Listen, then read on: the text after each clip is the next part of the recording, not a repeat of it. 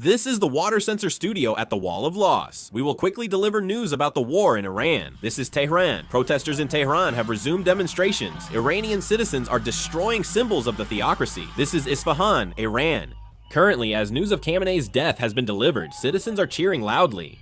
Bushehr, Iran. The missile depot and air defense systems have been attacked. Airstrikes by the United States and Israel caused a large fire in Bushehr.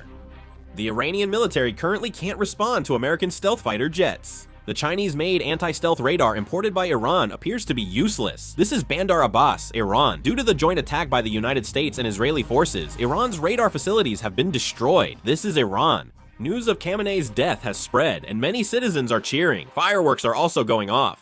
This is Tel Aviv, Israel. You can see buildings destroyed by an Iranian missile attack in Tel Aviv. This is Tel Aviv, Israel. A large fire broke out due to the Iranian attack. This is Israel.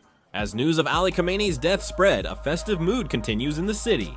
This is Israel. Iranian missiles broke through Israel's air defenses and struck the city's center. The Israeli military is seen attacking Iran's missile launchers.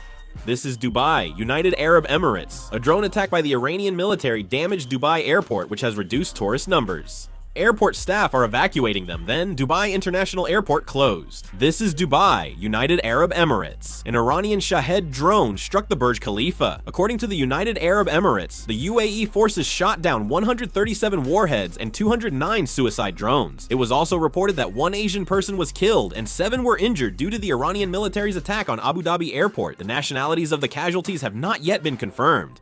This is Dubai, United Arab Emirates. The Italian Minister of Defense is currently visiting Dubai for business, but due to the Iranian military's attack and the closure of the airspace, he is currently trapped in Dubai. This is the United Arab Emirates Jebel Ali port. During the process of intercepting an Iranian missile attack here, debris fell to the ground and caused a fire. This is Bahrain. An Iranian drone directly struck the city center of Bahrain, causing a large explosion. Debris is scattered on the roads.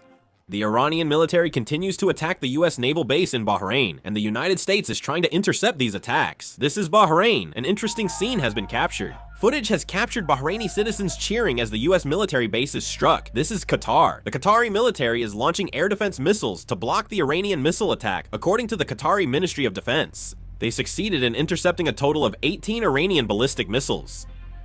This is the airspace over Qatar.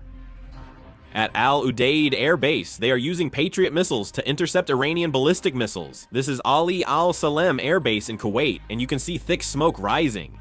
Iranian state television has confirmed the death of Supreme Leader Ali Khamenei. Earlier, the US president announced that Khamenei had been targeted and killed, breaking the news first, and now the Iranian side has officially acknowledged it as well. Khamenei died while working in the command center due to attacks by Israeli and US forces. A total of 3 bunker busters were fired at the command center. In addition, it has been confirmed that Khamenei's daughter, grandchildren, daughter-in-law, and son-in-law all died as well.